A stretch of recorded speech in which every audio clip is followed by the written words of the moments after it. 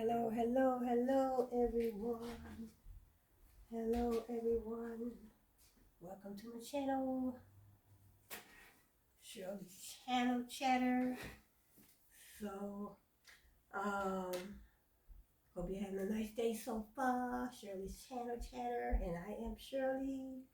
So, welcome to my channel. I just want to pick up where I left off. So, in my previous video, I shed light on different countries, their legal system. So, and I think I came up with, I think it's like 160, 190 something. I think it was 190, 195. So I have like 3 pages full, back, back, front. So I just want to pick up where I left off. So I want to just shine light on different countries' legal systems. I want to see what differences they have, compared to the United States legal system. So I think I left off, I stopped with Kenya, I believe. So let me get back started with, I have a whole list. So let me do South Korea. Let me start with South Korea. South Korea.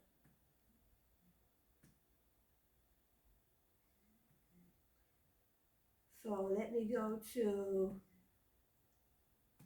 I was on Wikipedia, so let me start back with them, Wikipedia. So this is very interesting. I want to see, what their legal system is built on. So let me go to Wikipedia. I'm going to start with South Korea. South Korea.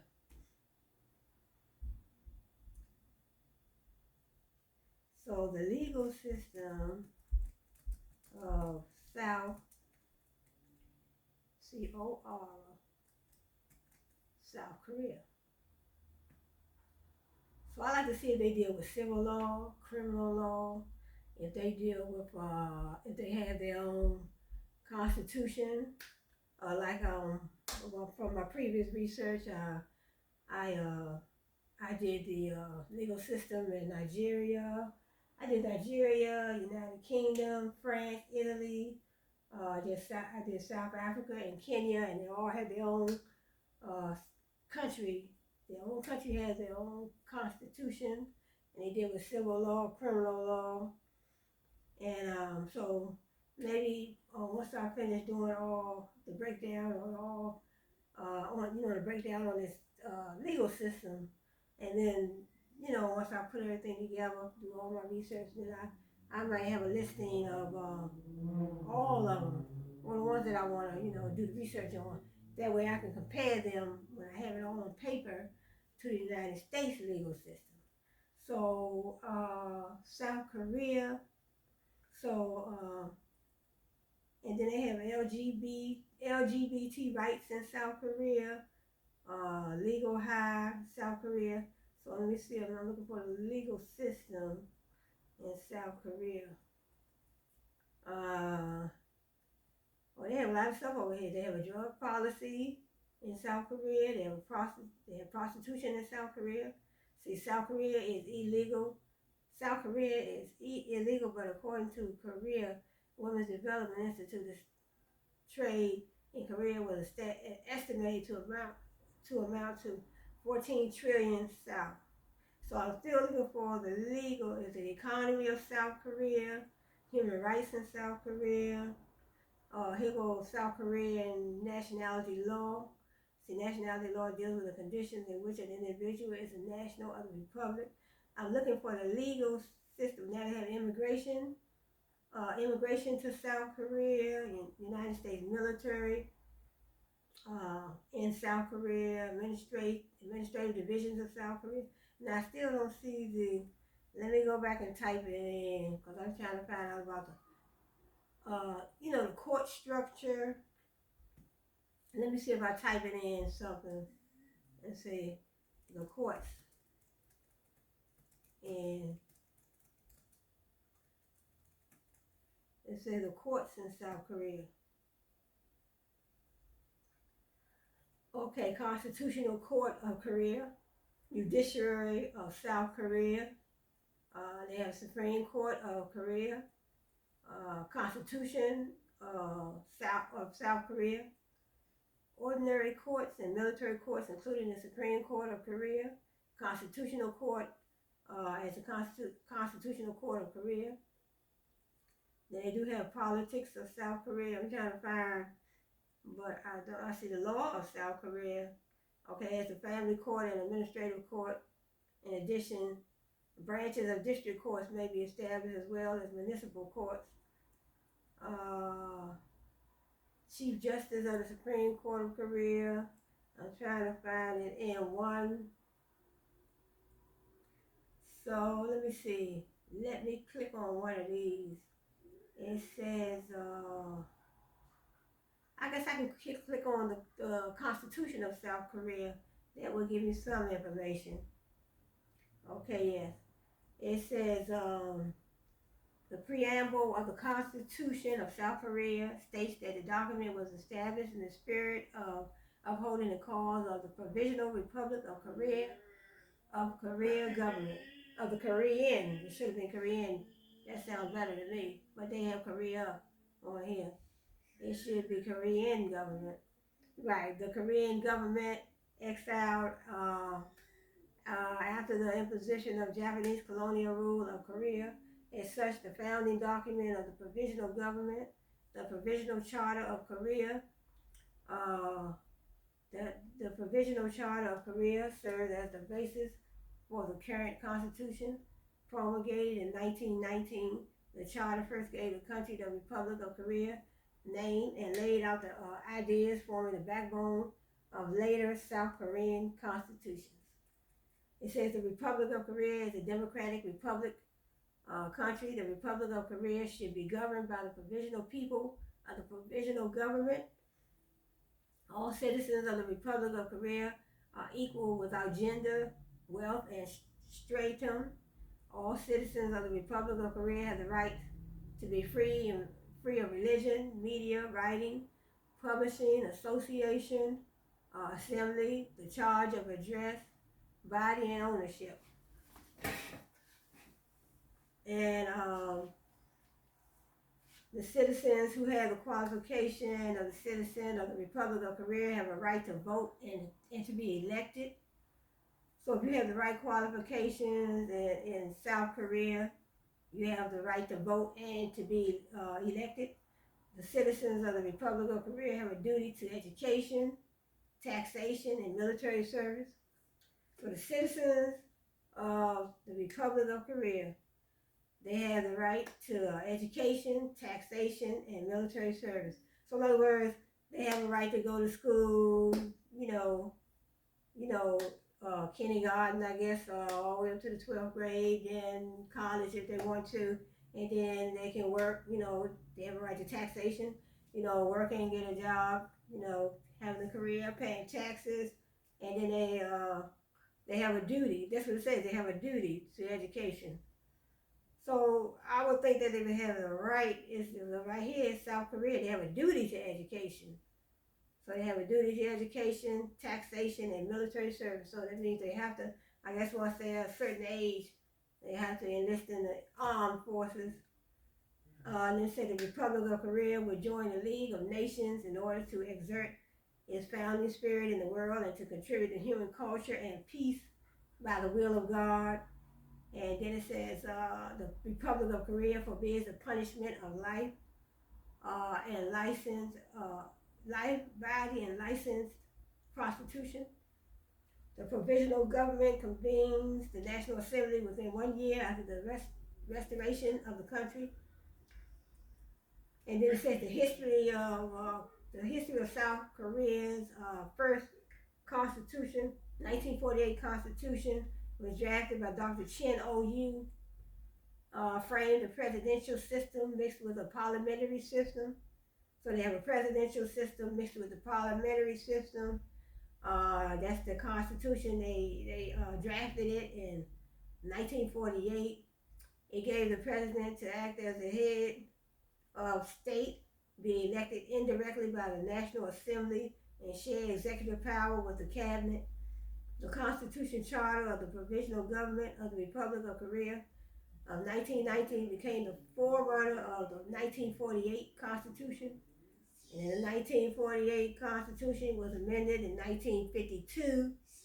So they amended they amended the Constitution. They made some changes because the initial Constitution in South Korea was 1948. So they made some amendments. It was amended in 1952 ahead of Syngman Rhee's re-election, providing for direct presidential elections and a bicameral legislature. It was passed with procedural irregularities after fierce debate. So that is the Constitution. Let me see what else they have down here. Amendment of the Constitution of South Korea. They have the amendment, the First Amendment, Second, Third, Fourth. It goes all the way up to the 10th Amendment. So then it just has they really don't have much. Right here they have just the president's name. The First Amendment, the president was Syngman Rhee, and he was the president all the way up to the Fourth Amendment. Then the Fifth Amendment is Young Po-son was the president. Sixth Amendment, Park Chung-hee. So Park Chung-hee was the president according to the 6th, 7th, 8th, and 6th, 7th, and 8th Amendment. And then they had the 9th Amendment was Chun Do-han. They established that amendment, and he was the president for the 9th and the 10th Amendment. So I don't understand what that means, but I guess he was the president. They were the presidents at the time. And then we have Constitution. They have a constitutional court. It says, I don't know if this is general information or this is from South Korea. So this didn't give me too much of, let me click on, that said individual rights. Let me see if I can find this court. I wanted to find the layout of their court system. Okay, they do have the, let me see. They have the Bill of Rights. Hold up, let me click on this over here. Okay, South Korea does have their Bill of Rights. South Korea Bill of Rights is in their Constitution, Chapter 2, the rights and duties of citizens. Individuals may not be punished, placed under preventive restrictions, or subjected to involuntary labor except as provided by law. Those detained or arrested must be informed of the reason and of their right to an attorney, and family members must be informed. Warrants must be issued by a judge. Right, the same thing over here in the United States. So warrants have to be issued by a judge through due procedures, and accused persons may sue for wrongful arrest in certain cases. So let me see. So I already talked about the Constitution. So that was just the Bill of Rights, which is in their Constitution. So let me type in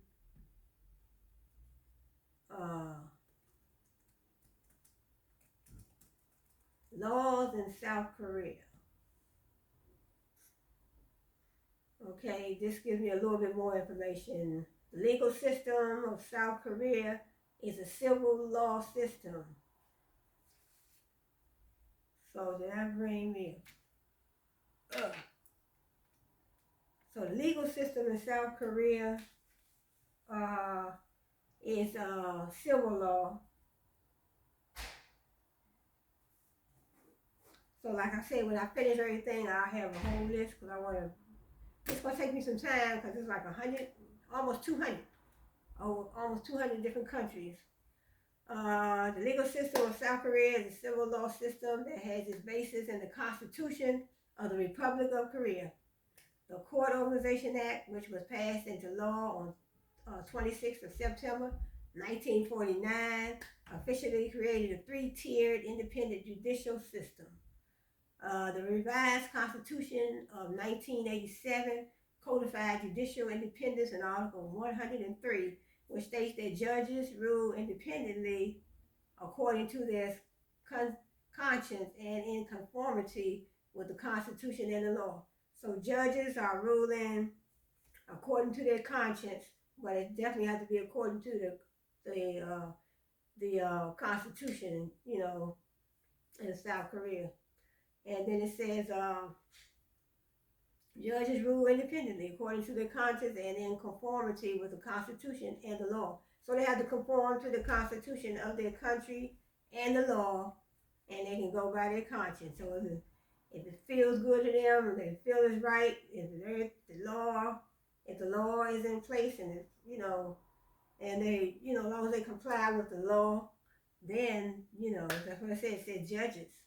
And then it says, the Court Organization Act was passed into law the 26th of September 1949. The Court Organization Act. So in other words, I guess it's how the courts were organized in South Korea. Judges rule independently. So let me move on. It says, in 1987, rewrite also established the Constitutional Court. So the Constitutional Court of South Korea, the first time that South Korea had an active body of constitutional review. So 1987, they established the Constitutional Court. So I can still click on some of these too later. The Korean judicial system is based on a continual style inquisitorial system, which is marked different from the English adversarial system. Like Chinese prosecutors and Japanese prosecutors also, Korean prosecutors directly and indirectly conduct criminal investigations. So they over in South Korea, they conduct criminal investigations just like the United States. So just like the United States, they said, according to the English adversarial system, they do the same thing. It says another departure from the British American system is the admissibility of suspect interrogation records produced by prosecutors without defense counsel being present. So it says Korean prosecutors, they directly or indirectly, they conduct criminal investigations. So yes, I guess that's the same over here in the United States.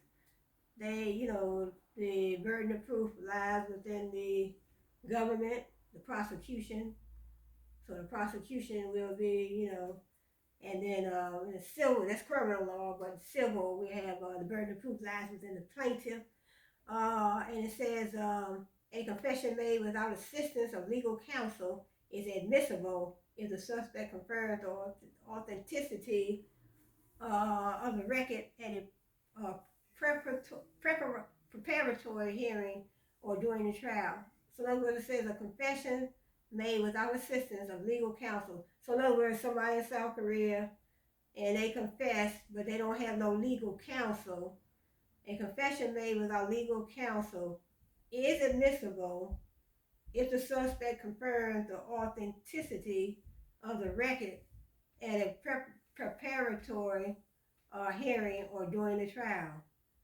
So I guess if he can prove that is what he's saying is authentic, then they, even if you don't have a lawyer around, it still would be admissible in the court of law. So that's what I take from that. That's why they say it's not good, always wait till your lawyer is around, that you have your lawyer present for you to make any statement. So, say, I plead the fifth. I don't want to say nothing for fear of self-incrimination. Let me get my lawyer. A confession made without assistance. Okay, let me move to the next one. If the suspect denies its authenticity, the record could still be admissible if there is a circumstantial guarantee of trustworthiness. In other words, if the suspect denies its authenticity. So in other words, he already said something and he already opened his mouth and did a little talking, but he want to deny that it's not authentic. Not, what he said is not authentic. So now he's coming back and want to retract the statement and say it's not authentic, but the record could still be admissible. Because once you open your mouth, and then they gonna take it, they're gonna everything nowadays. Everything's recorded. Everything's recorded. Cameras are everywhere. So they said the record could still be admissible if there is a circumstantial guarantee of trustworthiness. However, a record made by a police officer is inadmissible if the suspect denies authenticity later in the process. However, a record made by a police officer is inadmissible. So in other words, if a police officer makes a statement over in South Korea and the suspect denies it later in the process.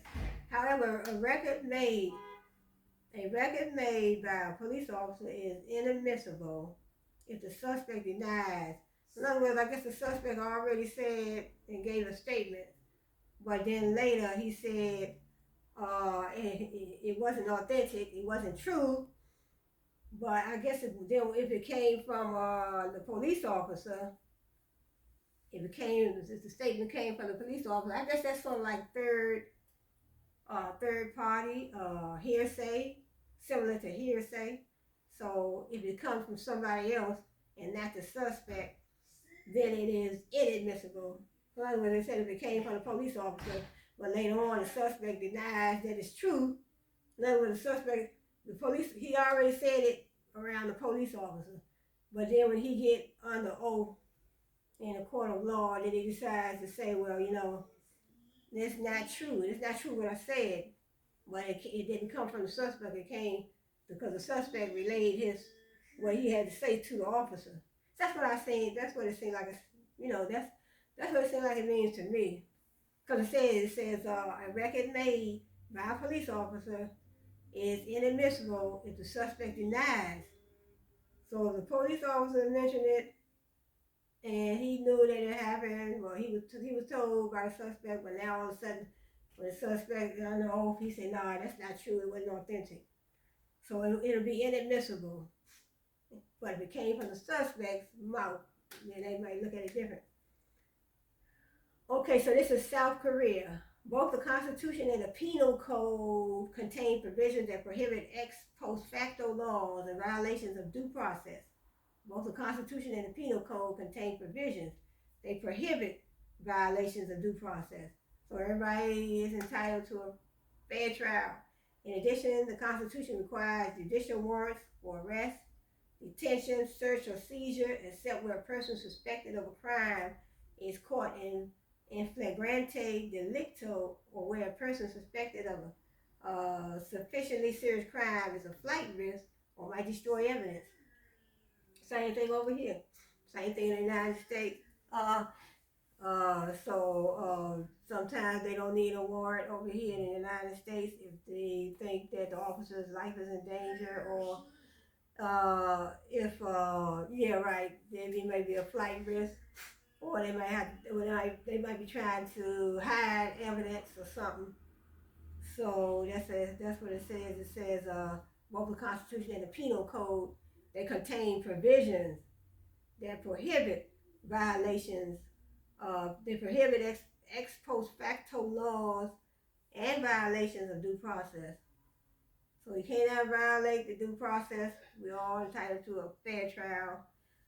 So let's go on. Additionally, no criminal suspect may be tortured or compelled to testify against himself. So we have that in the Fifth Amendment.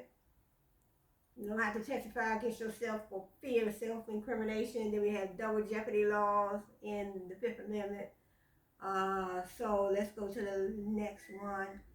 The Constitution also requires that a person arrested for a crime be given assistance of counsel and have the right to petition the court for habeas corpus.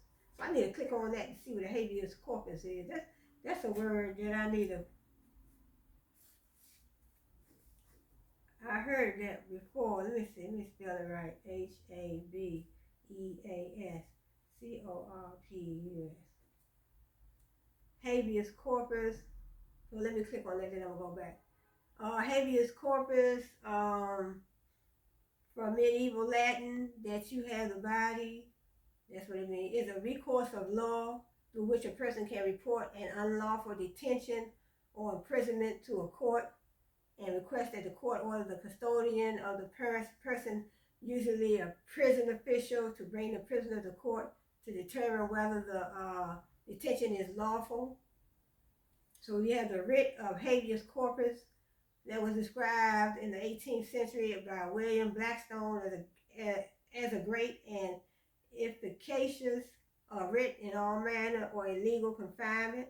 It is a summons with the force of a court order.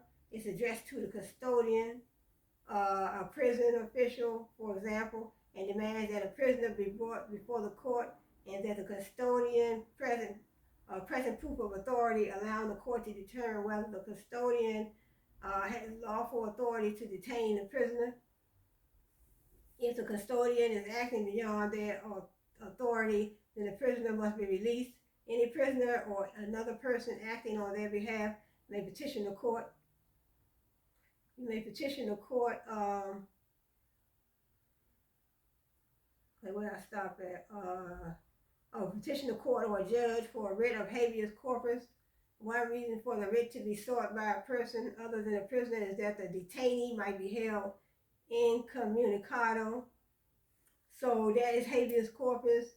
Habeas corpus is unlawful detention or imprisonment to a court and request that the court order the custodian of the person, usually a prison official, to bring the prisoner to court to determine whether the detention is lawful. So they have to, it's sort of like a writ. I guess they're saying it's a writ. Yeah, the writ of habeas corpus.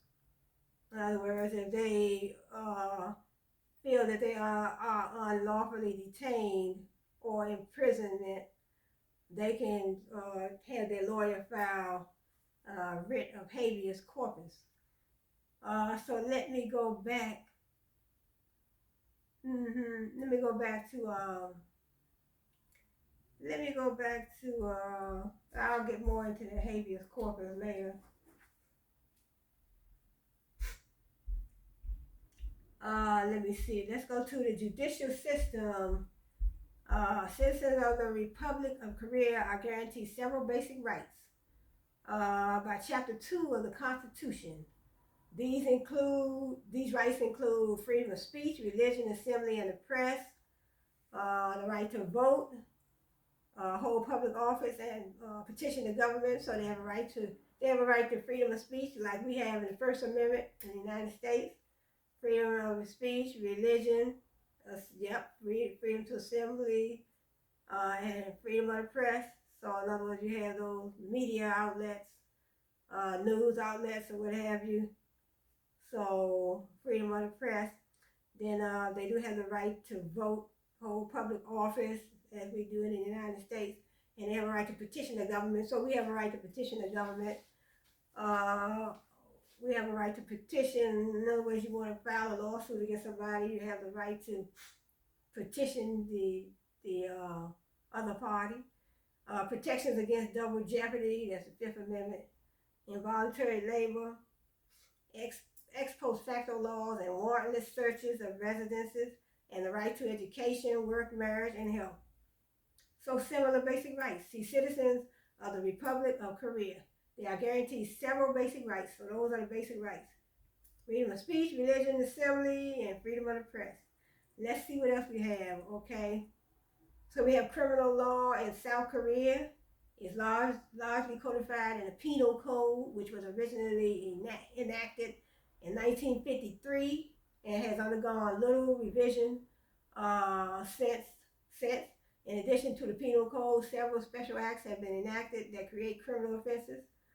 But then they have due process. They both the Constitution and the Penal Code contain provisions that prohibit ex post facto laws and violations of due process.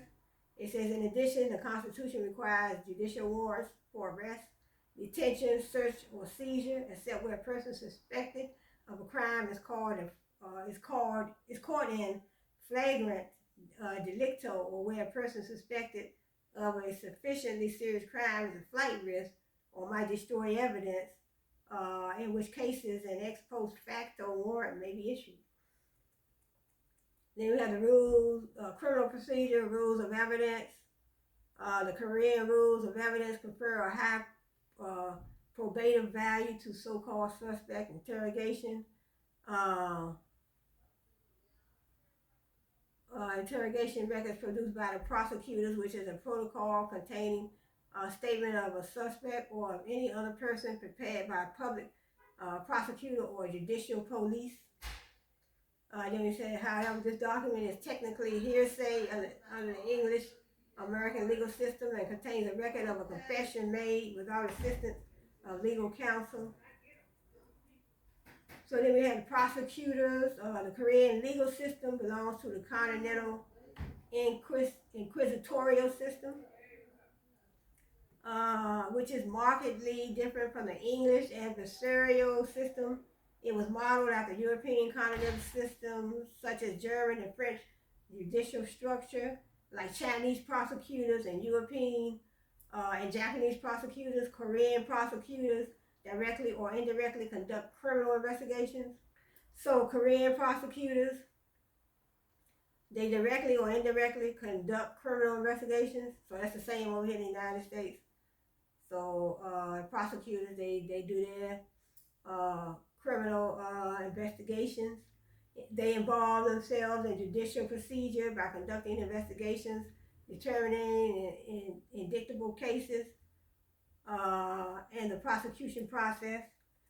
So I'm not going to read all that, but let me see what they have. They do have the role of the counsel. Then they have the jury trial over there in South Korea. They have civil law. Civil law, private law issues in Korea are regulated by the Civil Code. The Civil Code was enacted in 1960 in South Korea and is based upon the Japanese Civil Code, which was used in Korea prior to the enactment. Then they have tort law, like we have tort law over here. Tort law, that comes under the civil law.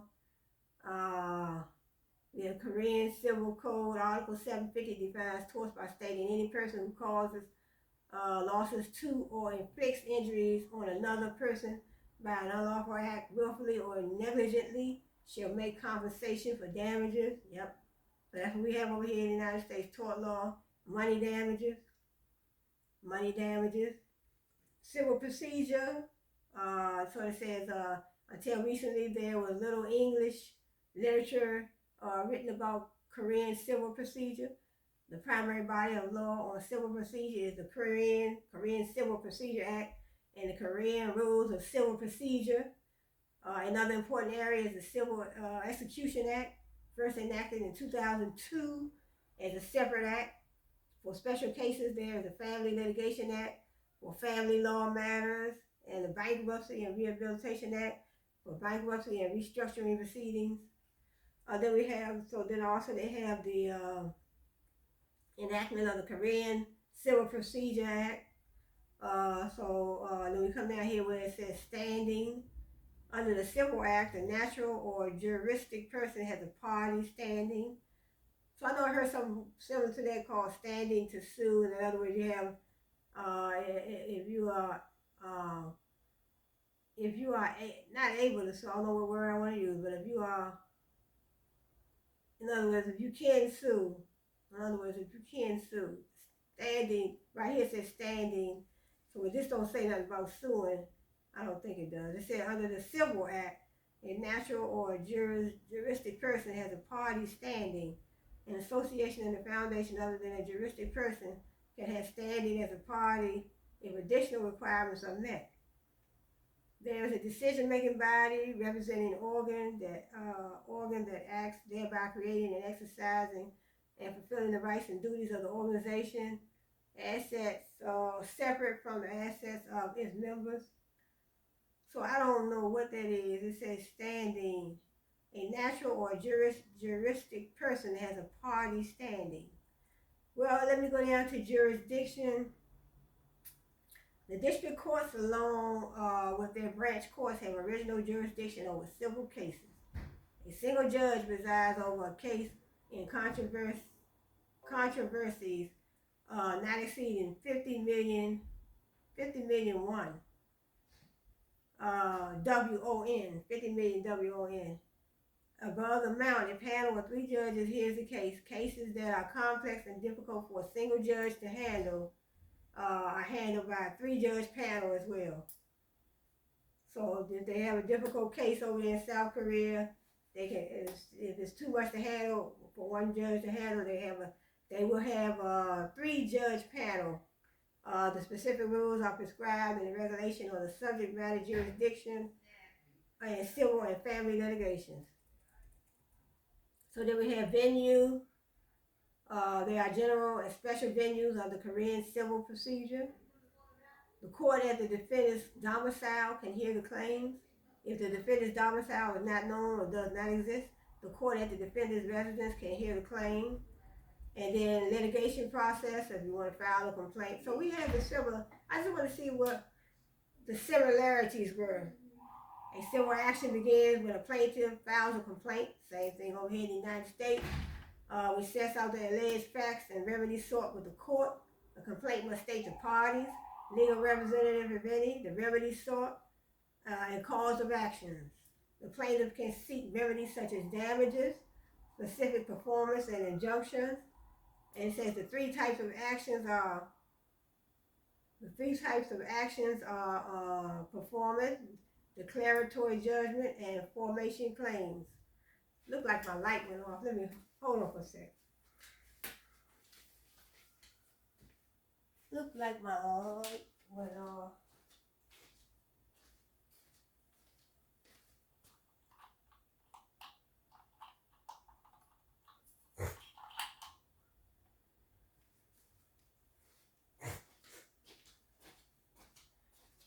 Yeah, I wanted to check my light. Let me see how much time I have on this video.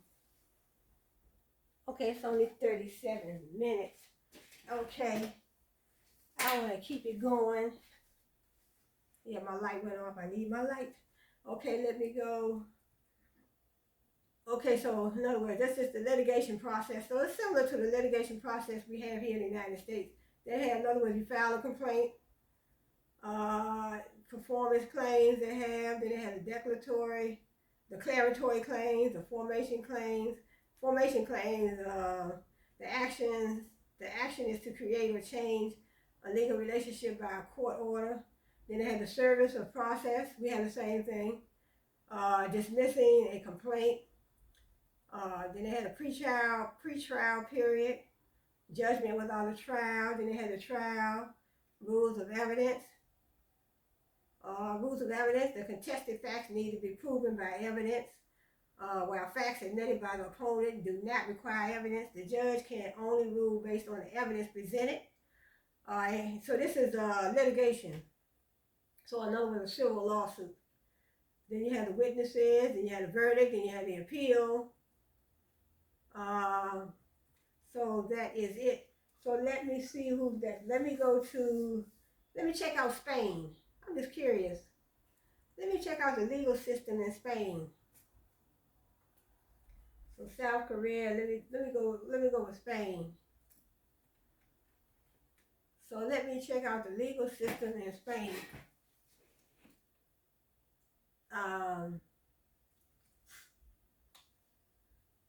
So that was South Korea, and I was just wondering, so let me check out legal system in Spain.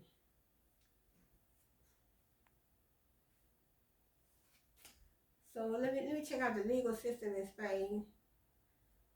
Okay, Spanish law, legal. Okay, Spain, unemployment. I should have said, maybe I type in court system in Spain. I got legal system. Let me type in court.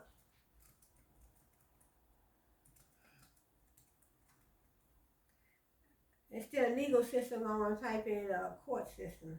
Here you go, right here. See, that comes up better because it has the Constitutional Court of Spain, Supreme Court of Spain, Judiciary of Spain, the list of courts in that's the United States. Okay, let me click on. Let me see. It says a court of causation is a high insistence court that exists in some judicial systems.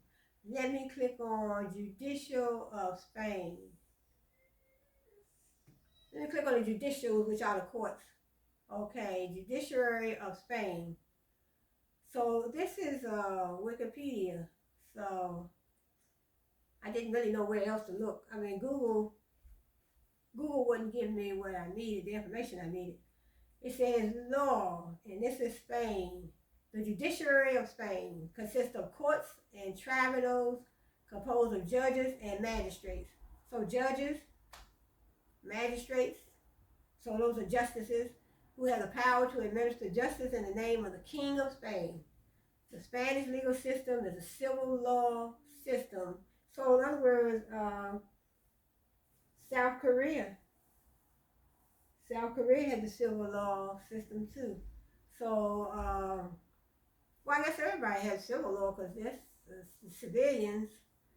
The Spanish legal system is a civil law system based on comprehensive legal codes and laws rooted in Roman law, opposed to common law, which is based on precedent court rulings. So those precedent court rulings, that means that they looking at a model case that was the case that was solved, a previous case, their previous model case that was solved. So they look at that. They're looking at the case. They're looking at a similar case, similar important case that was already resolved, and that's how they make their court rulings. Operation of the Spanish judiciary is regulated by organic law. So they have a constitution. So the Spanish legal system is a civil law system, and they also have a constitution, the Spanish Constitution. They have the Spanish Constitution guarantees respect for the essential principles necessary for the correct functioning of the judiciary, or the courts, I guess. So they have a civil law, they go by the civil law system, and then their judges use precedent court rulings. They also have the Constitution, Spanish Constitution,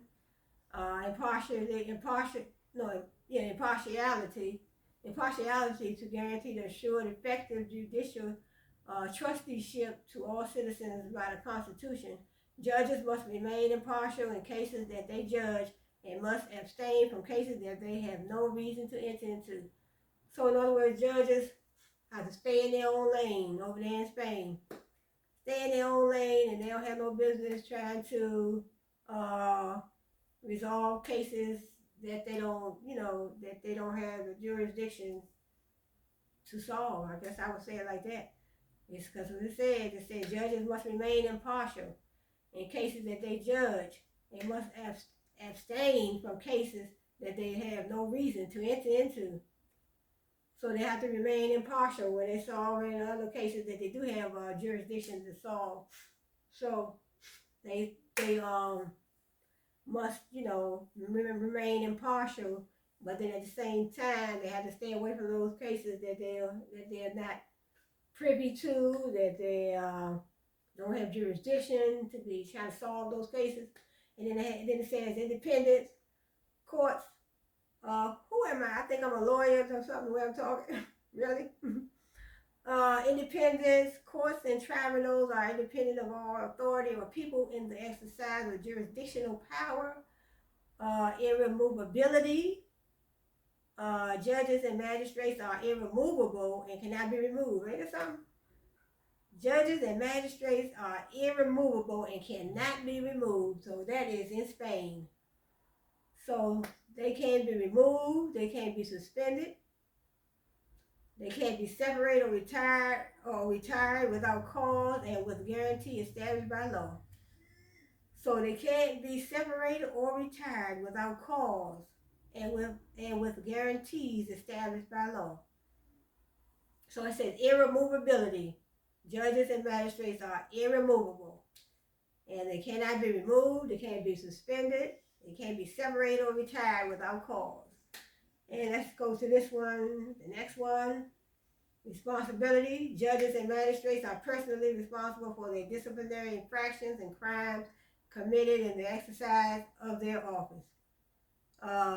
This responsibility can only be required by the established legal disciplinary track without interference by the executive or legislative branches of government or through ordinary legal proceedings. Legality in the exercise of their jurisdictional functions. Judges and magistrates are subject to the Constitution and to the rest of the laws, just as other branches of government and citizens are. So in other words, in their ordinary course of business, judges have to follow the law just like everybody else. So that's in Spain. It says legality. In the exercise of their jurisdictional functions. So that's what I'm saying. They have jurisdiction. Jurisdictional functions, judges and magistrates are subject to the Constitution, the laws of the Constitution, just like we are over here in the United States. Every state has their own Constitution. So they have to follow the Constitution, the laws in the Constitution. That's what they're there for. Also, then they have court organization. The judiciary can be organized into different levels of territorial organization.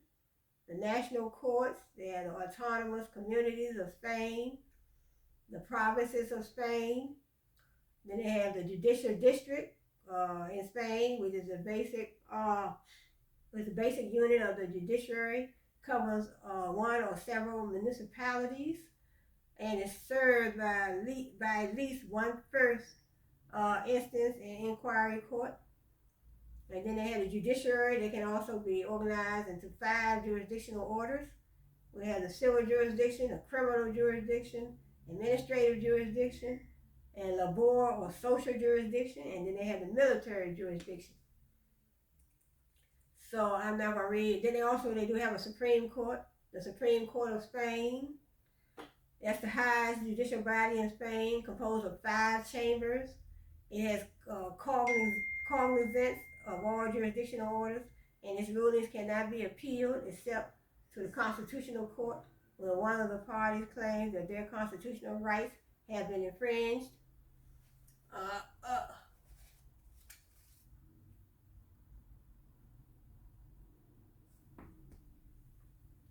Then we have high courts of justice.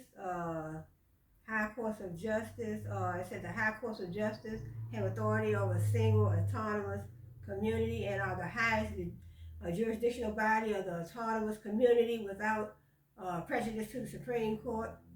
They are divided into 3 chambers covering 4 jurisdictional orders. They have the first chamber, or the civil and criminal chamber. Then they have the second, or administrative chamber. And then they have the third, or social chamber. So I think that's all I'm going to read from here. So then they also had a jurisdictional, they have in Spain, the jurisdictional courts, which is the courts of first instance. Then they had the courts of inquiry. They had the criminal courts. They had administrative courts. They had the social courts, justice of the peace, juvenile court.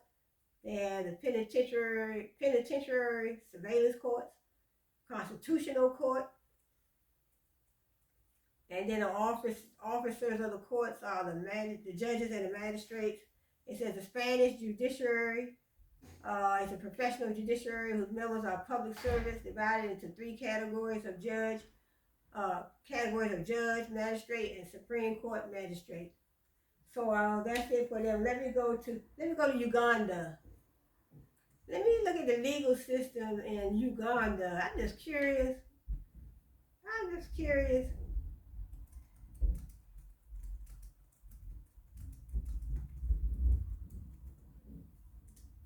Let me look at the legal system in Uganda.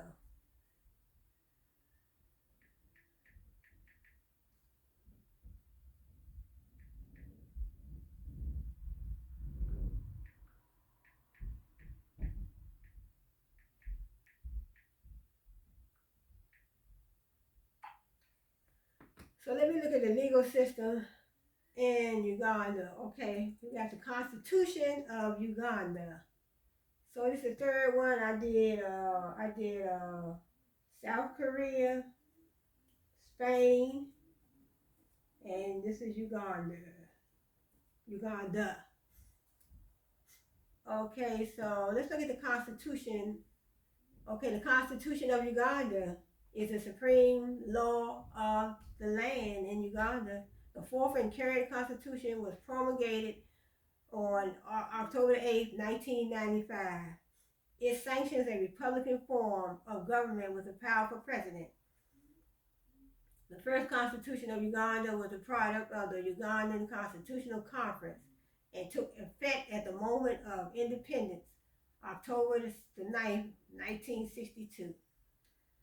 It provided for a system of parliamentary democracy underpinned, underpinned by constitutional supremacy. It provided for a complex system of devolution within Uganda. The Kingdom of Uganda gained particularly strong powers of self-government. So the 1962 Constitution was amended 3 times. First and most importantly, it was amended in 1963 to replace Queen Elizabeth II. As the head of the state with a largely ceremonial position of president elected from among the traditional rulers and constitutional heads of district. In 1964, it was amended to make minor changes to the date on which the Legislative Assembly of the Kingdom of Togo should stand dissolved, and in January 1965, it was amended for a third and final time to give effect to the outcome of the Lost Countries referendum. Then they had a second constitution, 1966 to 1967. So then they have a third constitution in 1967 to 1995. This constitution renamed Uganda as the Republic of Uganda. So they changed it, so they changed their constitution. So I guess you would say they amended it 3 times, they said, or 4 times. See, the fourth constitution, 1995 until the present. In 1988, it says the National Resistance Council established the Uganda Constitutional Commission and tasked it with reviewing the 1967 Constitution and developing a new constitution. The mandate of the commission was to consult the people and make proposals for a democratic permanent constitution based on national consensus.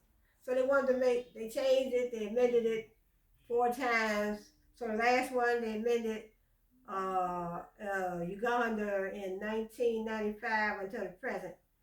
So they wanted to make the laws and the provisions better for the people. Because it says right here, the mandate of the commission was to consult the people and make proposals for a democratic permanent constitution. So they wanted to make a proposal for a permanent constitution based on national consensus. So let me see. That's all they talked about with the Constitution. Let me go back. So they were just talking about this. Okay, let me go over here. Let me click on Uganda.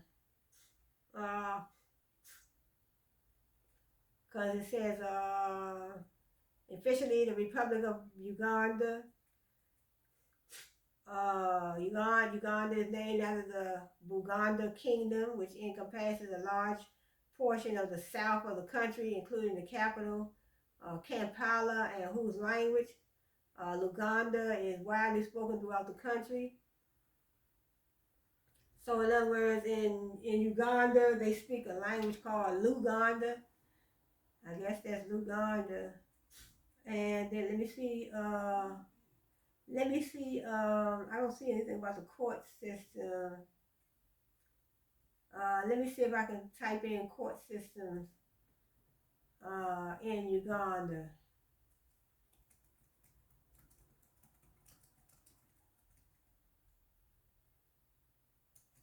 Let me type in, because that's just, that reading was just giving me the information on the Constitution of Uganda, High Court of Uganda, Court of Appeals of Uganda, Okay, let me go to the court, the High Court. So I don't know if they call it the Supreme Court. Yes, yeah, they do. They call it the Supreme Court of Uganda. That's the High Court. So the High Court of Uganda, also Uganda High Court, is the third highest judicial organ in Uganda, behind the Supreme Court of Uganda and the Court of Appeal of Uganda. It has unlimited or original jurisdiction. Unlimited original jurisdiction. So unlimited means it has, there's no limit. It's unlimited. It has unlimited jurisdiction, probably to hear all kinds of cases. Okay, it says the High Court of Uganda is headed by the principal judge, who is responsible for management of the court, including assigning duties to member justices of the court. In addition to the Kampala headquarters, the High Court has the following circuits where cases can be heard closer to the litigant's domicile. So in other words, court cases can be heard closer to where the litigants live. If they file a lawsuit, they can have it, those particular courts can hear that case closer to where they live, where they reside, where they domicile. They had the Arua Court, High Court, Fort Portal High Court, the Gula High Court. How many courts? They have 20 different courts, 20 different high courts. They have the Hoima, the Ganga, Jinja. I'm not good at this, pronouncing these names here. The Luwiro, Masaka, Masindi, Mbarara, Mbale. These different courts, there's 20 of them. So many of them. I said they got some different names, Then they had the justices and high court divisions. The following high court justices are assigned to the divisions of the High Court of Uganda. So these are the justices, the different names of Flavian, Zija, principal judge and head of court. Then they had John Wilson, Wisiga, head of criminal division. So I'm not going to read all of them, but it just gives you the names. Then they had justices in high court circuits. So this is just giving me all these names. I wanted to see how they do have the Supreme Court of Uganda, the Court of Appeals in Uganda, and it's just telling you the different courts that they have. Let me go back. So let me click on Court of Appeal. I think I did that. No, I did the Supreme Court. Okay, let me see the Court of Appeal of Uganda. And they also constituted as a constitutional court of Uganda. So the Court of Appeals is constituted as a constitutional court of Uganda. It's the second highest judicial organ in Uganda. It derives its powers from Article 134. I guess they got courts and jails and prisons everywhere you travel, I guess. So, you definitely have to be careful. Learn the laws in all the different countries and all the different countries, different states, learn the laws. So, and then it says it is an appellate court when hearing cases appealed from the High Court of Uganda. The Court of Appeal of Uganda is located in Tweed Towers on the 4th floor along Kufu Road in the neighborhood called Nakasero in the Central Division of Kampala, the capital and largest city in Uganda. They probably said, lady, you know what, you're butchering our names in Uganda, in our country. So the Court of Appeal of Uganda is headed by the Deputy Chief Justice and has 14 other justices. Ain't that something? The Court of Appeal of Uganda, so the appellate court in Uganda is headed by the Deputy Chief Justice and has 14 other justices. 14 other judges. When sitting as an appellate court in a civil or criminal matter, the required quorum is an odd number of justices, not less than 3 in number, when sitting to consider a constitutional matter, quorum is achieved by an odd number of justices, not less than 5. So in other words, if they want to sit and make a decision, they have an odd number, maybe 5 justices sitting around making a decision, I guess. In Uganda, the deputy chief justice is not a member of the Supreme Court. So then we have, I think that's going to be it. Let me move to somebody else. Let me go to Algeria. Let me look at the legal system in Algeria. Then I have Sudan and Algeria.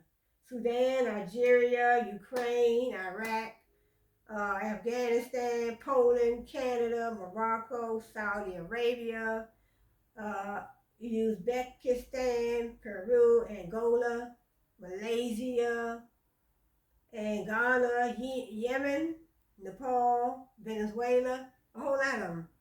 So let me go to Algeria. Let me do, because I did South Korea. I did Kenya, South Korea, and Spain, Uganda. Let me do Algeria. Let me see if Algeria has their own constitution.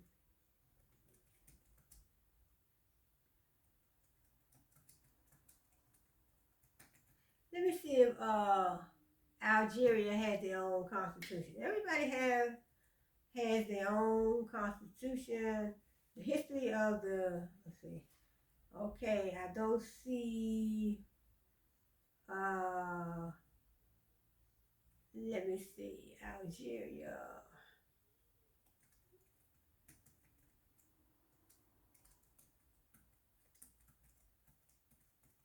Algerian Constitution. Okay, Algerian Constitution of 1996 was passed in a referendum in 1996. It is the fundamental law of Algeria. So Algeria does have a constitution. The constitution was amended in 2002 and 2008 and 2016 and then 2020. So I guess they have the same one from 2020. The Algerian Constitution was amended in 1996 to address years of sectarian strife. This violence started in January 1991 when Muslim groups began violently protesting against the cancellation of the first ever multi-party election of Algeria by the military junta, where the Islamic Salvation Front was expected to come out victorious. And that's something when you travel to these other countries. And I'm looking at some of these words as I read these words, and I'm like,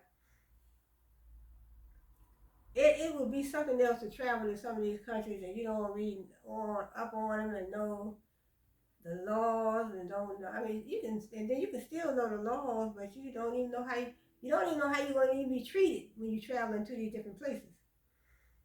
So I think about that all the time, but you never know how you're going to be treated when you travel to these places. I mean, they do have, they have room for tourism, just like over here in the United States, we have, they have tourism spots like the Monument, the Capitol, and all the museums that we have over here. We have the zoo, the National Zoo, and so many different, plenty of restaurants that you can eat at over here in the United States. Plenty of restaurants that, all kinds of food, African food. We have restaurants that sell African food. We have restaurants that sell Ethiopian food, Jamaican, all kinds of food. That we do have, we do have the Chinese restaurants as well. Then we have the American, we have the American restaurants. Whatever you want over here, pizza, they have everything you want. But I'm just saying, when you, think about traveling to these countries and these different cities and you don't know, it's one thing to read up on their laws and, different places that you might go once you get there, but then it's going to be another thing to find out to wonder how you're going to be treated. You don't know how you're going to be treated by the government over there, by the I guess, neighbors or residents, I would say. But the Algerian Constitution was amended in 1996. Uh, okay, let me see. I don't want to read too much of that. They say it was amended in 1996. It was revised in 2002 and 2008. The Parliament adopted the third constitutional revision, which entered into force on March 16, 2000, March the 6th, 2016. So that they didn't give you that. That was just the Constitution, Algerian Constitution. Let me go back and see if I can find out. Okay, here Algerian nationality law, international agreements. If these laws determine who is or is eligible to be a national of Algeria. So let me read up onto that. The Algerian nationality law is regulated by the Constitution of Algeria, and as amended, the Algerian Nationality Code and its revisions and various international agreements to which the country is a signatory. These laws determine who is or is eligible to be a national of Algeria. I don't think I would want to be a national of Algeria. The legal means to acquire nationality, formal legal membership in a nation different from the domestic relationship of rights and obligations between a national and a nation, known as citizenship. Algerian nationality is typically obtained under the principle of jus sanguinis by birth in Algeria or abroad to parents with Algerian nationality. It can be granted to persons with an affiliation to the country or to a permanent resident who has lived in the country for a given period of time through naturalization. So it's something to think about if somebody wants to become national, they want to acquire nationality in Algeria. I mean, I think, before you do something like that, I mean, I figure learn the language, learn the culture, learn the government, learn some stuff about the government. Yeah, you want to know about the government. Definitely, you want to know what type of government they have, and are they good to their people, and what's going on over there. What is the economy like? Is it a poor economy, or do they have I mean, but you have to have your thing going on too. Sometimes people may save. Sometimes people can live one place and save, and then take their money and move somewhere else and retire. Cause I read up on some YouTubers that I went to their page, their channel, and one lady, she was living in Canada. She worked in Canada for 30 years, and then I was just looking at her video the other day. Then she was in, I forgot where she was. I don't know if it was Nigeria. I don't know if it was Ghana or Nigeria. I know it was one of those countries over there. She worked in Canada for 30 years. Then she went over there, I think it was Nigeria or Ghana, one of them, where she had, built a house over there in another country. So, but I think, learn the culture, learn the language, learn the government, learn all you can learn about everything that's going on. And you definitely want to have, your stuff in order, like your own job, if you have money saved, your retirement money, or you don't have to be retirement, but, some of us move to another country, and then, the economy is weak. And you go over there, you don't have, because over there, they don't have a lot of stuff that we have over here. Like Social Security benefits. So what do they have? I don't think they have stuff like, I know they don't have that in Nigeria. They don't.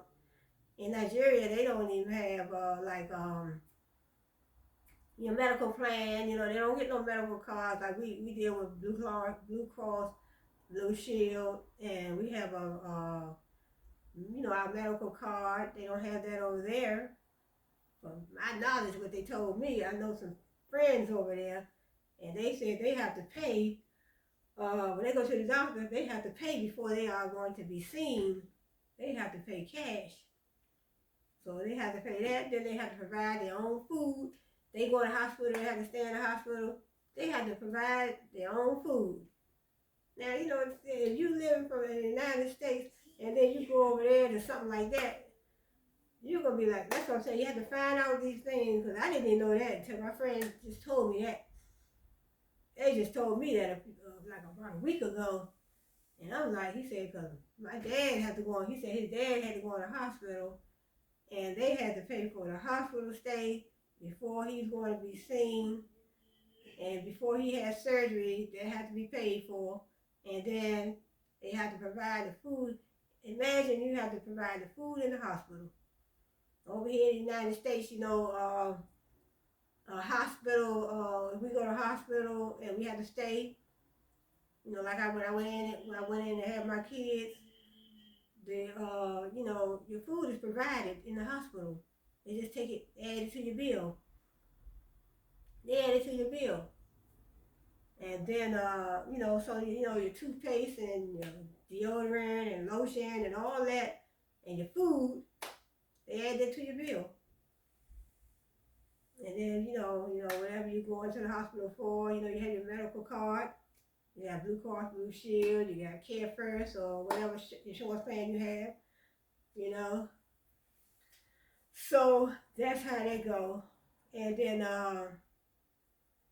let me see what else they have. I'm trying to see what kind of court systems they have, but it don't seem like it want to give me. Let me type in something else. Okay, let me type in courts of Algeria.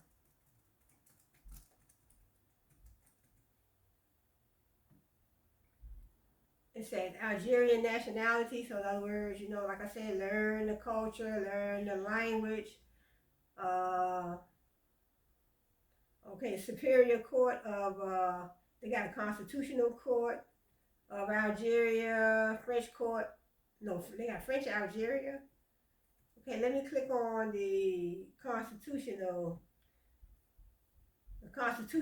Court of Algeria. Then they have the Supreme Court of Algeria.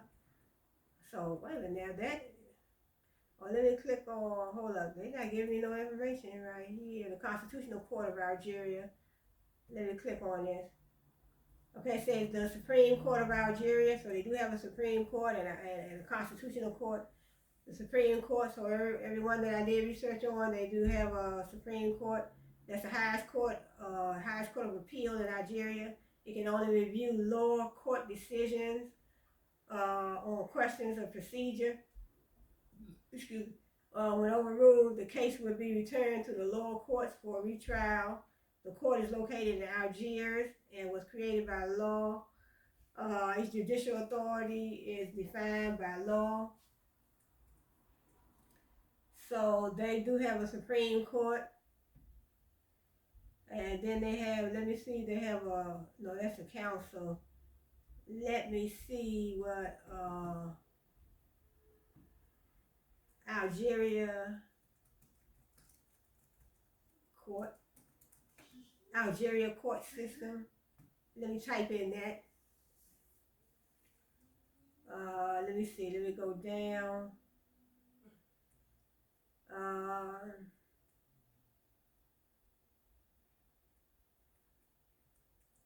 I don't see it.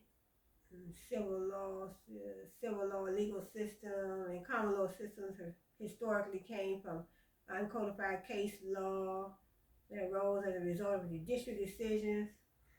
So I don't. Okay, here's okay, here it is right here. Outline of Algeria assembly court system. So this looks like what I'm looking for. Algeria, former French colony, and the largest country in Africa, located in the Maghreb region of Northwest Africa, with Algiers as its capital. Okay, we have, let me see, wow, this is a whole lot. Okay, this is not giving me government and politics of Algeria.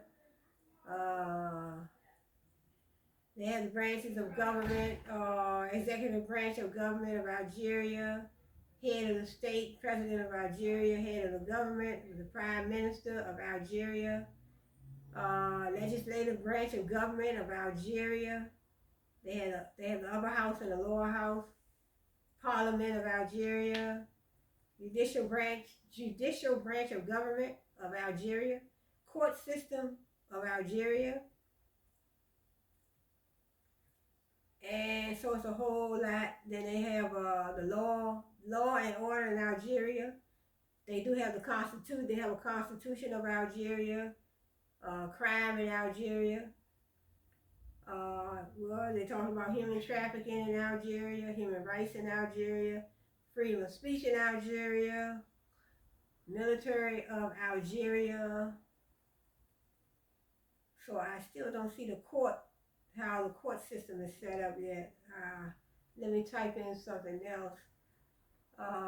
Well, they do have their own constitution, and the constitution, okay, they got there. This is not this is something else. This is in common law. Let me click on Algeria. Okay. The Algeria court system. This ain't telling me nothing.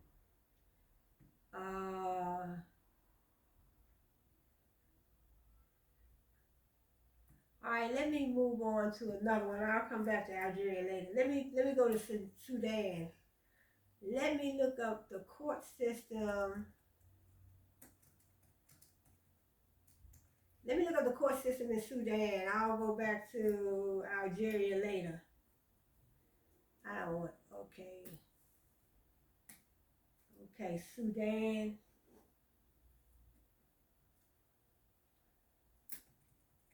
Okay, Sudan, the Supreme Court. So Sudan, they have the Supreme Court of Sudan. They have the Judiciary South Sudan. Let me click on Judiciary of Sudan. I said Sudan. The Judiciary of Southern Sudan is a constitutionally mandated government branch that oversees the court systems of South Sudan. The Chief Justice of the Supreme Court of South Sudan is the head of the judiciary and is held accountable to his job by the President of South Sudan. I want to find out who the President of South Sudan is. The judiciary of Southern Sudan. So in other words, that's the courts. I guess that's the court system, the judiciary of Southern Sudan. So they have, in other words, the courts have to abide by the Constitution. That's the same thing as the United States, USA. So the judiciary of Southern Sudan is a constitutionally mandated government branch. So the courts over there, so they are mandated government branches, just like over here in the United States. So that is very short. The Chief Justice of the Supreme Court of South Sudan is the head of the judiciary. So the Chief Justice of the Supreme Court is the head of the judiciary and is held accountable for his job by the President of South Sudan. So let me go back and see. So then they have Sudan. Let me go to the Supreme Court. So they do have the Supreme Court. That's the Supreme Court I just read. So here was some more information on the Supreme Court. The Supreme Court located in Khartoum is the highest judicial authority in Sudan. Apart from the Constitutional Court, which under Article 30 of the August 2019 draft Constitution, the declaration is to be an independent court separate from the judicial authority. Okay, it says as of 2011, the court consists of 70 judges operating through panels, each composed of 3 judges with a senior president. So the court consists of 70 judges. The members of the Supreme Court are appointed by the President of Sudan. So it's the same over here in the USA, who is advised on the matter by the Supreme Council of the judiciary members of the Courts of Appeal and the other people with the required qualifications. Decisions made in the court are reached by the majority and are only subject to revision when the Chief Justice deems that an infringement of Sharia laws had taken place. I gotta look up the Sharia laws because I'm gonna click on it because when I did my research on Nigeria, they had the Sharia laws too. I don't think we have that over here because I never heard of it. So I want to click on that. I want to click on that in a few. The Sharia laws. So they don't have too much information. They just tell you they do have the Supreme Court, and they have the Supreme Court, and it consists of 70 judges, and those judges are appointed by the President of Sudan. So let me see what these Sharia laws are. Sharia laws is a body of religious law that forms a part of the Islamic tradition. It is derived from the religious precepts of Islam and is based on the sacred scriptures of Islam. So, Sharia.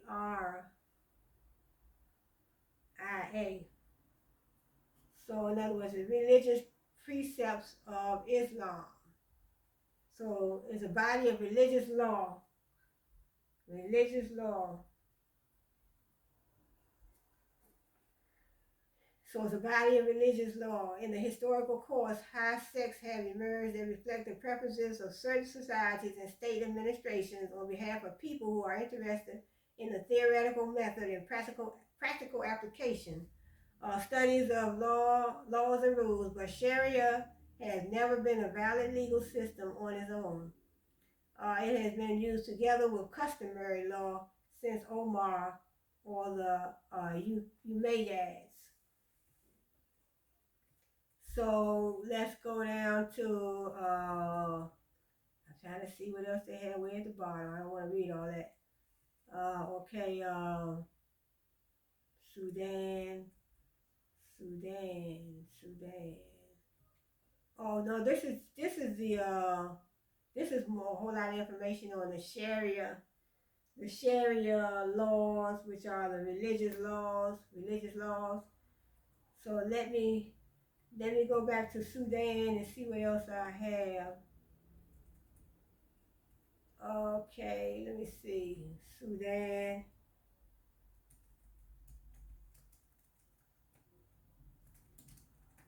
Sudan courts and laws. Let me see what they have.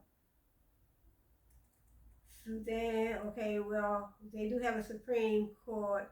Okay, let me go to the Sudan, the legal system of Sudan. The legal system of Sudan has evolved over time. The legacy of British colonial rule has had a significant impact even after independence. Most of the lawyers and judges were British trained and initially tended to rely on judicial precedent. So precedent those model cases that they follow, the judges follow. Soon after independence, however, pressure began to build and change the legal system. By the time Jafar Namiri seized power in 1969, a commission had been working on recommendations for a new system, but he dissolved it and formed another commission dominated by 12 Egyptian jurists. So that is the legal system of Sudan. The legal system of Sudan has evolved over time. So the legacy of British colonial rule has had a significant impact even after independence. So let me see. Since 1958, Sudan's various military governments have interfered with the judicial process. So in other words, the military governments have interfered with the judicial process. So, I mean, the court process, everybody is entitled to a fair trial. Following the military takeover in 1989, for example, the National Revolutionary Command Council issued a decree that gave the president power to appoint and dismiss all judges. So the president has the power to appoint and dismiss all judges. And this is in Sudan. But I was just reading in the other country, what was that? The one I just, was in Algeria? I just read, I think it was Algeria, where they said the judges can't be fired, they can't be suspended. So then it says, the President of the Republic appointed the Chief Justice and members of the National Supreme Court on the advice of the Supreme Judicial Council. So they have a separate constitutional court of 9 justices served as a custodian of the Constitution. The court had jurisdiction to interpret the Constitution and original jurisdiction to decide disputes that arose under the Constitution and the constitutions of northern states. It decided on appeals against the decision of the Supreme Court of South Sudan, the interim constitution of South Sudan, and the constitutions of states in the South. It heard cases involving human rights and fundamental freedoms and adjudicated the constitutionality of laws or provisions by the interim national constitution, the interim constitution of South Sudan, and relevant state constitutions. They have all these constitutions. It says a separate constitutional court of 9 justices served as a custodian of the Constitution. So in other words, the court had jurisdiction to interpret the Constitution and original jurisdiction to decide disputes that arose under the Constitution and the constitutions of the North States. So they had a separate constitution of the North States as opposed to the South States. The South States in Sudan. Here the Sharia law is not a fixed set of ideas. There are substantially different interpretations of Sharia in Sudan and other countries concerning what it is or should be during Sudan's relatively brief independent history. Because I don't want to read all this, so that's it for Sudan. Let me see. I was trying to get the legal breakdown of how the court systems are set up, but I may end up having to look somewhere else.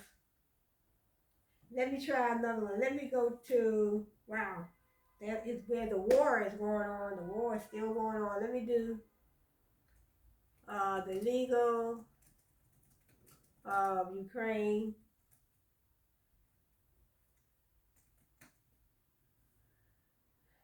That is something else. The law of Ukraine, the legal system of Ukraine. The legal system of Ukraine is based on a framework of civil law, just like the rest of them. It's like a lot of ones that I researched, so they're based on civil law.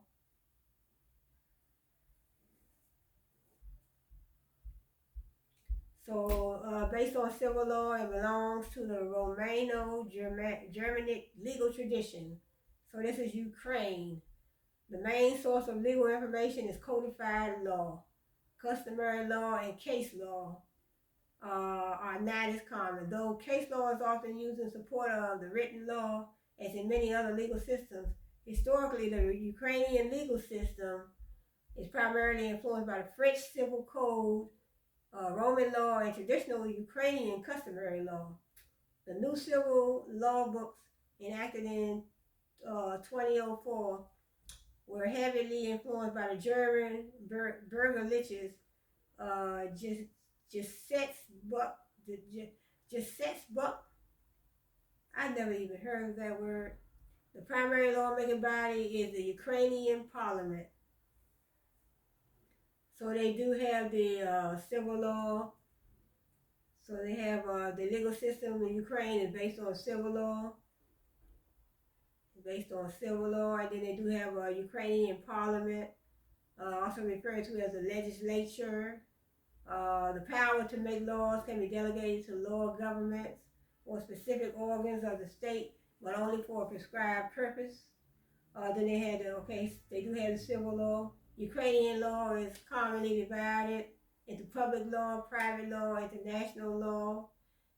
These areas of the legal system are further subdivided into civil law, family law, inheritance law, contract law, commercial law, law of obligations, property law, intellectual property law, companies law, land law, tort law. So we have tort law, criminal law, constitutional law, including laws on the structure of the state, administrative law, and international law. So they have the same structure that we have basically. So Ukrainian law is commonly divided into public law, private law, international law. Then we have all the same ones. They have civil law, family law, inheritance law, contract law.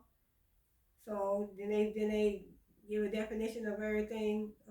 Civil law regulates the everyday life of citizens. Criminal law deals with the prosecution and punishment of criminal offenses. Constitutional law frames the constitution and the structure of Ukraine. Administrative law is the area of law that regulates the operation of the various levels of the Ukrainian government.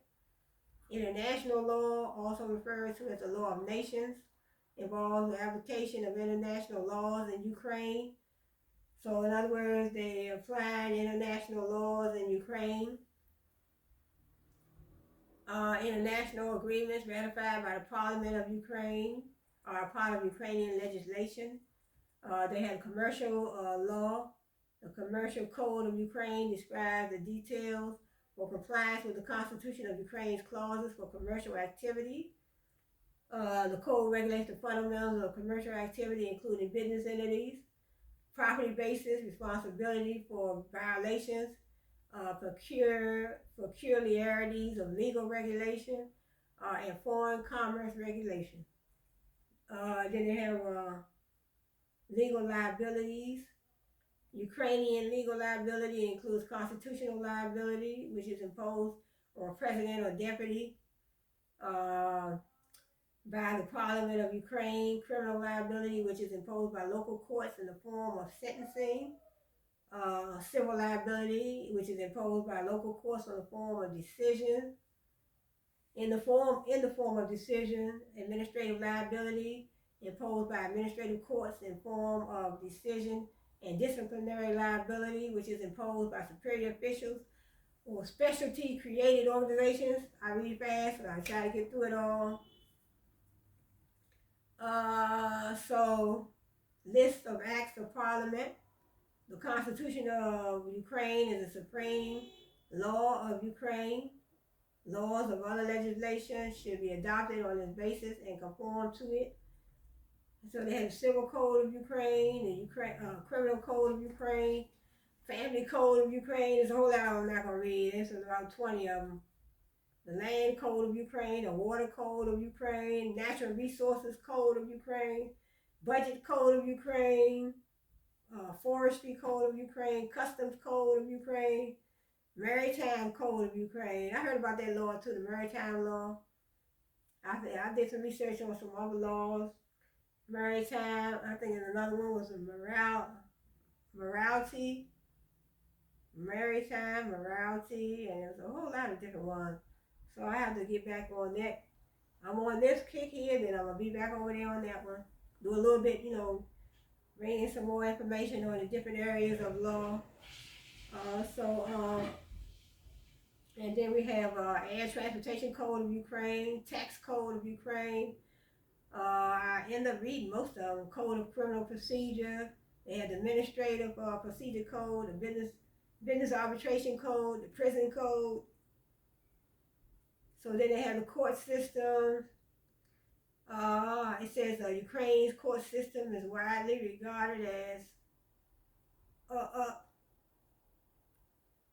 Ukrainian judges have been arrested while taking bribes. I don't know if I did this one before. I might have already went over this one, but courts in Ukraine are divided by jurisdiction, including constitutional courts, general criminal and civil jurisdiction, courts, economic courts, administrative courts, There's also the Constitutional Court of Ukraine, Supreme Court of Ukraine, the Appellate Courts of Ukraine, the district courts in every city, town, or rayon, R-A-I-O-N. They have a military court in every appellate court in every regional oblast. There's also the tertiary court created in accordance to the law and registered in the Ministry of Justice of Ukraine. In order to become a judge in Ukraine, you must be 25 years. I think I went over some of this information. Okay, let me move on to another one. Let me try Canada. And I think this is gonna be my last one. Let me try the legal system in Canada.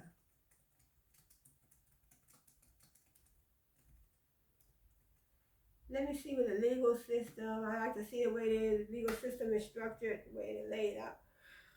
Oh, so let me see. Law of Canada. So it says the legal system of Canada is pluralist.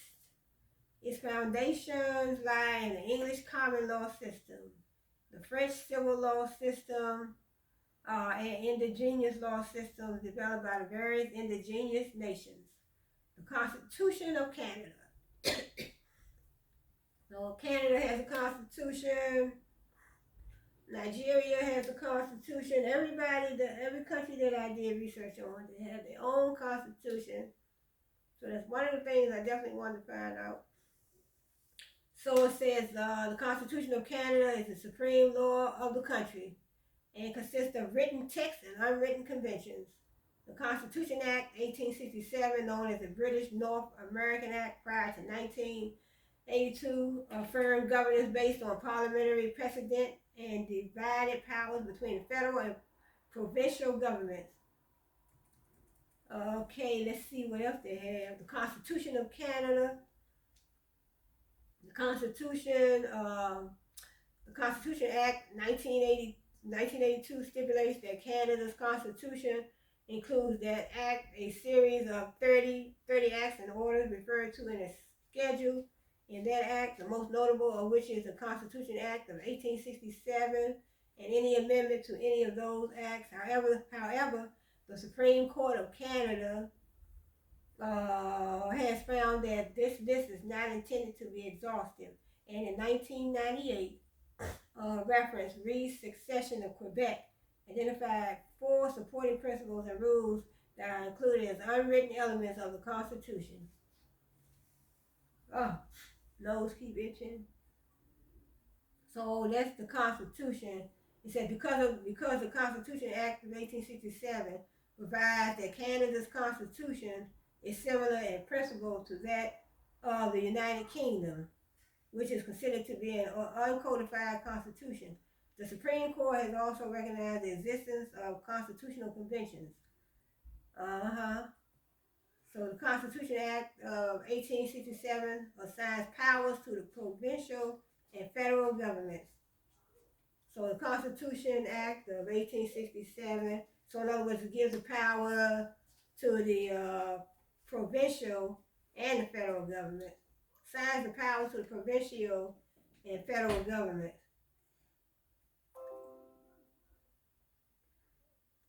So then we have the legislation, acts passed by the Parliament of Canada and by provincial legislatures are the primary sources of law in Canada. So they have the Parliament, and then they have a Constitution. So in other words, the Parliament of Canada is the primary source of law in Canada. Laws passed by the federal parliament are initially published in the Canada Gazette, a federal government newspaper published regularly, which includes new statutes and regulations. Federal statutes are subsequently published in the annual statutes of Canada. Laws passed by provinces follow a similar practice. So then they deal with the legal traditions, the common law. So 9 of the provinces, other than Quebec and the federal territories, follow the common law legal tradition. while the federal territories use common law. Indigenous nations and their associated territories do not.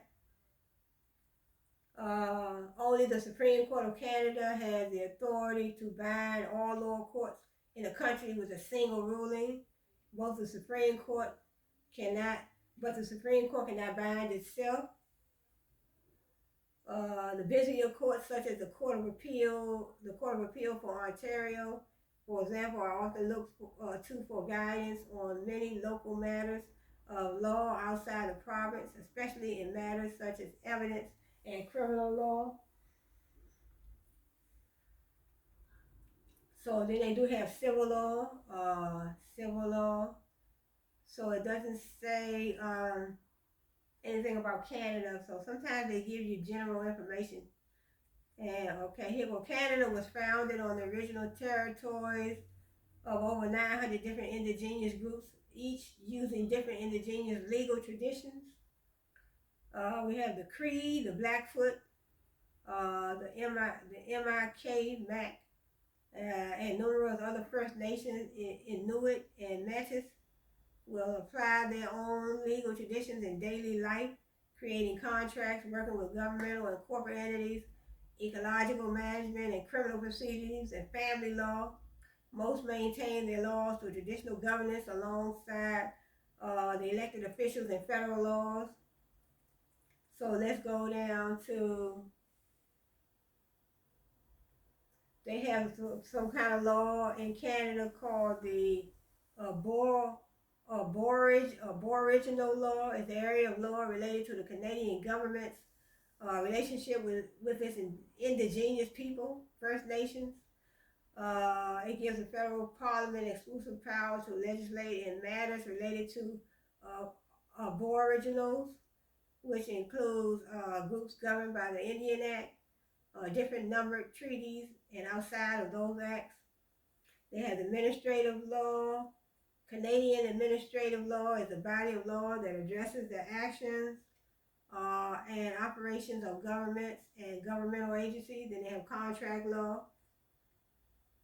They have contract laws. The individual provinces have codified principles of contract law and sale of goods, which is modeled on early English versions. Then they have constitutional law. Constitutional law is the area of Canadian law that's up in Canada, relating to the interpretation and application of the Constitution of Canada by the courts. So in other words, constitutional law is just like over here in the United States. You have to follow the laws that's in the Constitution of your state. Then we have a big, large body of Constitution. The Constitution, the Constitution of the United States of America. You have a large body of law that's in the Constitution of the United States. But every state has their own Constitution. So now, and also all the countries that I've done my research on, they have their own Constitution. So that's what I wanted to know.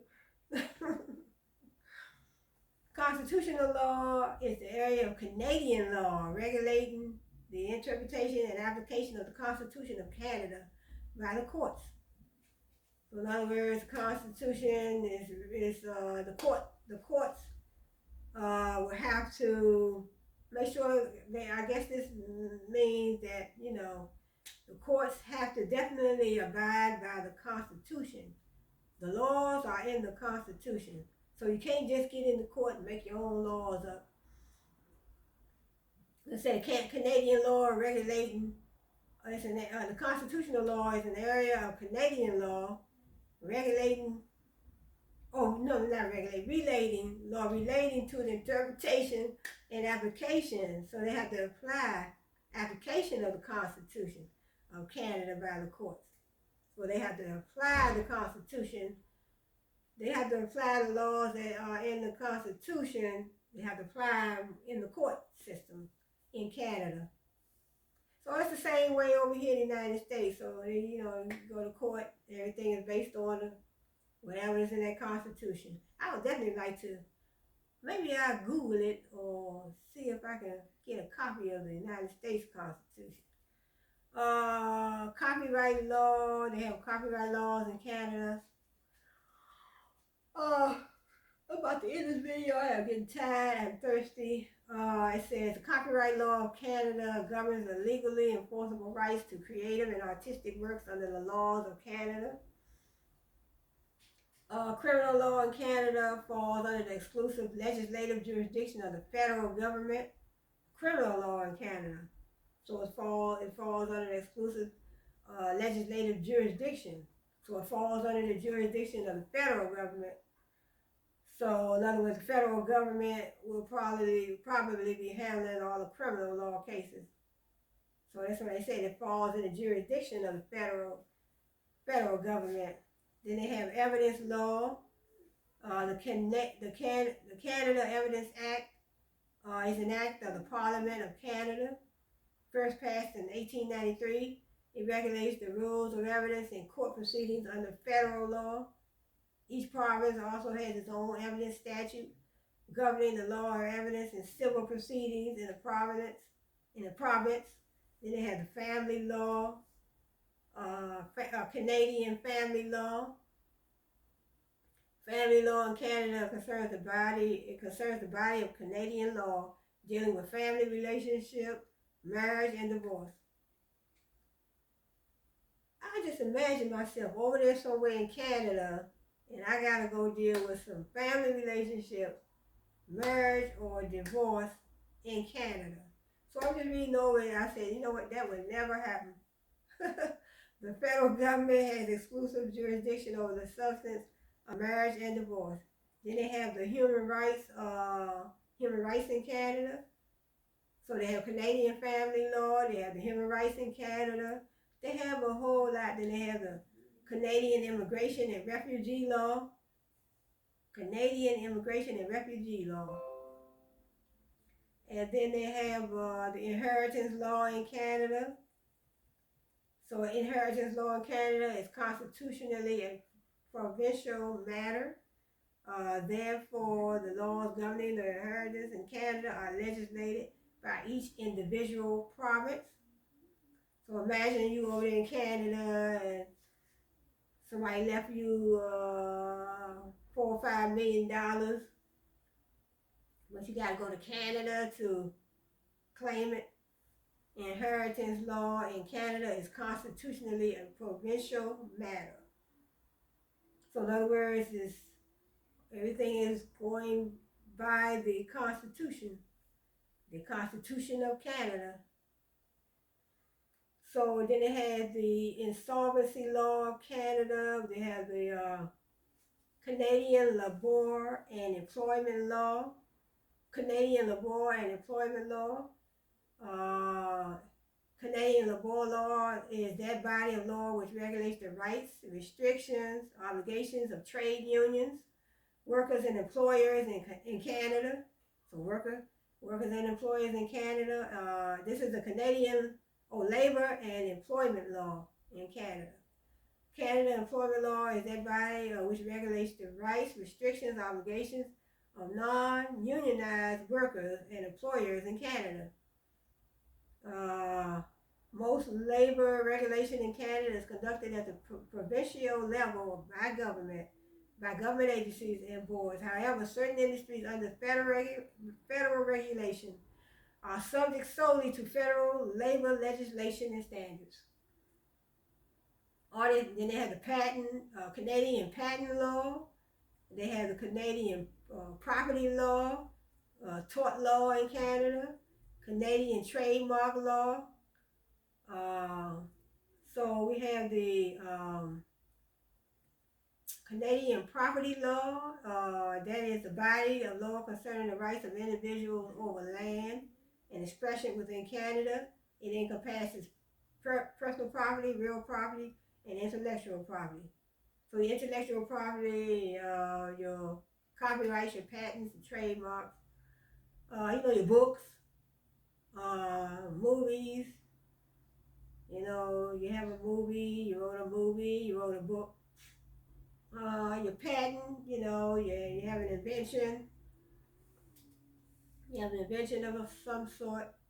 But then it says tort law in Canada.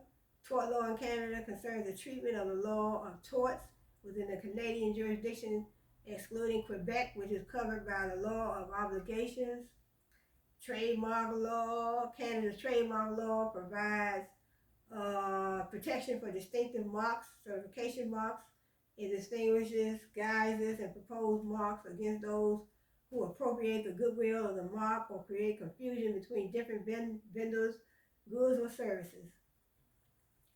So then they said they had the judicial system under the Constitution Act of 1867. The federal parliament and provincial legislatures both have the constitutional authority to create courts.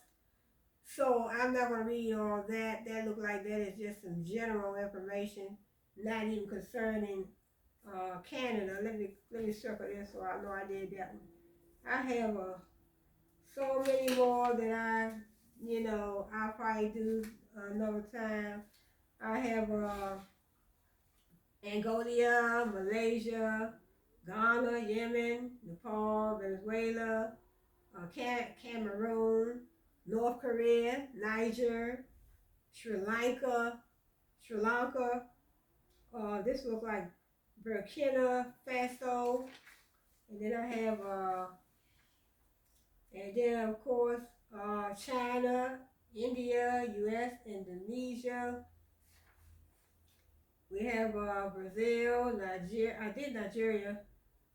We have Bangladesh, Russia, Mexico, Japan, Ethiopia, Philippines, Egypt, Vietnam, Turkey, Iran, Germany, Thailand. And then, so this is just one list, front and back. And then I have another list, front and back. So I have Mali, Romania, Chad, Zambia, Kazakhstan,